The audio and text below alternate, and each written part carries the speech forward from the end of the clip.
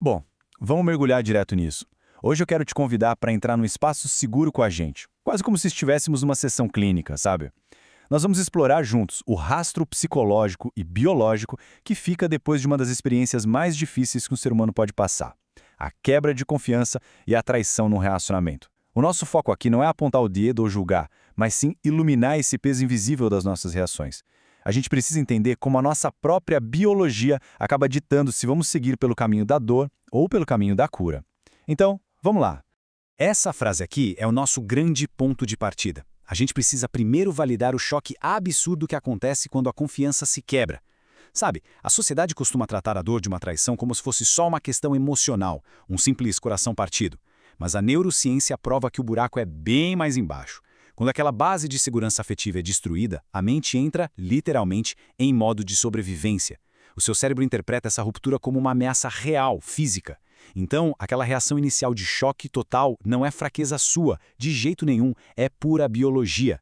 É um alarme de incêndio tocando dentro da sua cabeça. A grande questão que a gente vai desvendar é o que fazer depois que esse alarme dispara. Basicamente, a mente pode pegar dois caminhos para lidar com esse alerta. O primeiro é o que a gente chama de cegueira deliberada ou autoengano protetivo. E olha, é fascinante e meio trágico ver como o cérebro tenta nos proteger. Ele percebe que a dor da rejeição ali é grande demais e pensa: nossa, isso é muita coisa para processar agora. Aí o que ele faz? Ele aplica uma anestesia temporária. A pessoa descobre a quebra de confiança, mas finge para si mesma e para o mundo que nada de grave aconteceu. É um mecanismo super comum de negação. O problema é que toda a anestesia uma hora perde o efeito, né?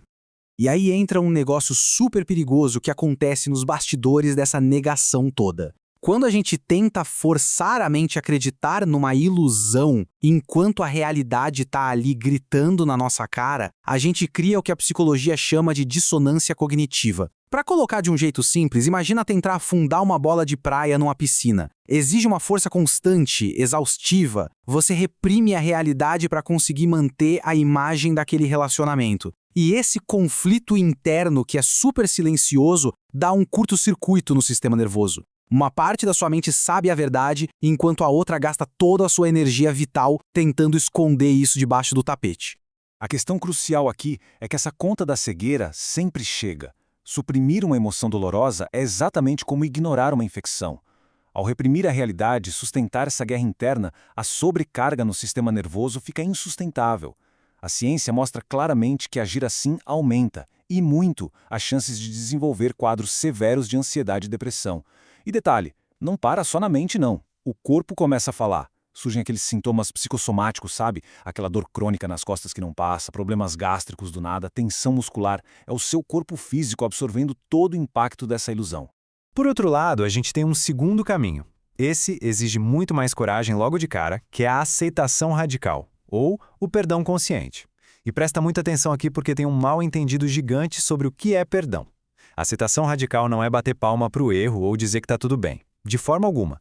Significa escolher encarar os fatos com lucidez, parar de lutar contra a realidade que está ali e entender que o outro é um ser humano falho. É bem diferente daquele falso perdão, onde a pessoa perdoa correndo só por pavor da solidão, o que, aliás, joga a gente de volta naquele estresse crônico de antes. O perdão consciente é uma escolha feita de olhos bem abertos. E isso ilustra de um jeito brilhante os benefícios biológicos de buscar a cura de verdade. Quando o perdão é real, lúcido, a nossa biologia responde quase como mágica. O cérebro reduz drasticamente a produção de cortisol, aquele famoso hormônio do estresse. Com o cortisol baixando, a amígdala, que é a região do cérebro que mantém a gente em estado de medo e alerta, finalmente relaxa. Na prática, isso protege o seu coração e o seu sistema cardiovascular. E mais importante, com a mente calma, você recupera a capacidade de tomar decisões de longo prazo. Só assim dá para pensar em reestruturar o vínculo de um jeito honesto. Eu gosto de usar uma metáfora visual para comparar essas duas atitudes. Pensa comigo. Imagina que você quebrou o osso da perna. A aceitação radical é como ir para o hospital e o médico colocar o osso no lugar. Dói absurdamente na hora? Sim. Encarar a realidade de frente machuca. Mas é a única forma de garantir que aquele osso colhe direito e você volte a andar bem. É o famoso dói, mas liberta. Já a cegueira deliberada é como se você tomasse um analgésico super forte e tentasse continuar andando com a perna quebrada. O alívio é imediato. Você finge que nada aconteceu, mas a cada passo você destrói a sua perna um pouco mais, causando danos que podem ser irreversíveis. Mas aí você deve se perguntar, como a gente se convence dessas coisas no dia a dia? Quando alguém escolhe aceitação radical, a justificativa é super madura. É baseada na autonomia. A pessoa pensa, ok, entendi o que rolou e agora a gente precisa ter o trabalho árduo de renegociar os limites da nossa relação. É uma postura ativa. Já na cegueira deliberada, a justificativa é na verdade uma máscara. A pessoa costuma dizer, eu fecho os olhos para isso porque eu amo demais. Só que, lá no fundo, essa ação é movida por um medo desesperador da perda e do abandono. É vestir o medo da solidão com a fantasia romântica do excesso de amor. É justamente aqui que os caminhos se separam para sempre em relação ao longo prazo. Seguir o caminho da aceitação lúcida te dá a possibilidade real de curar o relacionamento, ou, e isso é super importante, de ter um término maduro e consciente, onde você preserva quem você é. Já o autoengano, infelizmente, te joga numa prisão. É um aprisionamento numa ilusão. Lembra do cortisol que a gente falou? Quando o cérebro vive banhado em cortisol por causa da tensão de viver uma mentira, a sua capacidade de tomar boas decisões atrofia. O resultado final é uma perda devastadora da sua própria autoestima. Então, eu quero propor um exercício mental clínico com você agora. Como a gente percebe se está caindo nessa armadilha do autoengano no dia a dia? Pensa nos seus padrões de comportamento. Você se pega criando desculpas constantes para ausências inexplicáveis do outro. Quando nota algo estranho, você já inventa uma justificativa racional na sua cabeça antes mesmo de perguntar o que houve? Ou, sabe aquele nó no estômago quando vai falar do relacionamento com os amigos e você sente a necessidade de omitir algumas partes? Olha, esses pequenos atos de maquiar a realidade são o primeiro sinal de que a anestesia está agindo no lugar da aceitação. Para te ajudar a sair de uma negação prolongada, a gente desenhou esse mapa de tomada de decisão. Ele funciona como um roteiro mesmo. Passo 1. Reconhecer a dor sem mascarar os fatos. É ter a coragem de dizer em voz alta o que realmente aconteceu, sem colocar panos quentes.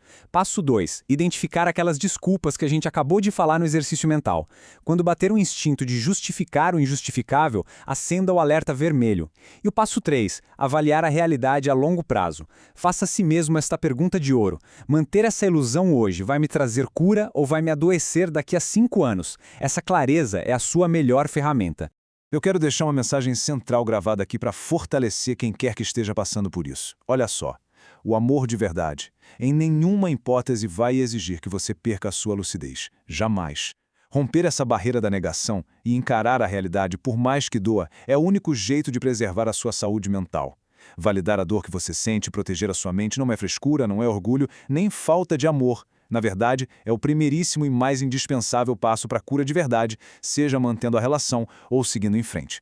A autoestima tem que ser a base de qualquer escolha que você faça. E para fechar, é vital dizer que ninguém, absolutamente ninguém, precisa atravessar essa tempestade em isolamento. Se tudo que a gente desconstruiu hoje fez sentido, saiba que o suporte profissional é crucial.